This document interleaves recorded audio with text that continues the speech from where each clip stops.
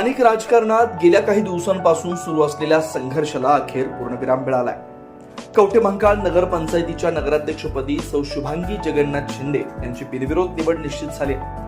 माजी खासदार संजय काका पाटील आणि युवा नेते प्रभाकर पाटील यांच्या यशस्वी मध्यस्थीमुळे बंडखोरीचं निशाण फडकवणाऱ्या सौ मीराबाई वनखेडे यांनी आपला उमेदवारी अर्ज मागे घेतल्यानं शिंदे यांचा मार्ग मोकळा झाला.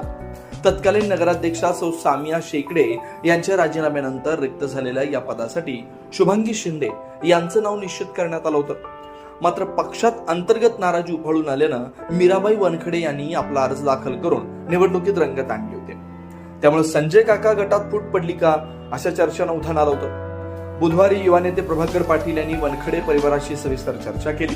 त्यानंतर माजी खासदार संजय काका पाटील यांनी स्वतः फोनवरून संवाद साधत शहराचा विकास महत्वाचा, सर्वांनी एकदिलाने काम करावं असं कानमंत्र दिलं.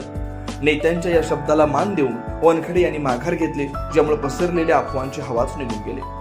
कवठेमहांकाळ मधील ही बिनविरोध निवड केवळ एका पदाची भरती नसून त्यामागे खोलवर राजकीय संकेत दडले. माजी खासदार संजय काका पाटील यांनी पुन्हा एकदा सिद्ध केलंय की स्थानिक पातळीवर आजही त्यांचा शब्द अंतिम मानला जातो.